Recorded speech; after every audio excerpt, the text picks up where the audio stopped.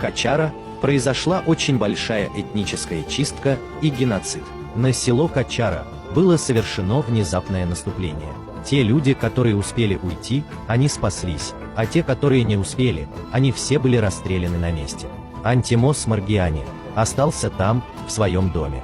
Его поймали, привязали к дереву и там расстреляли.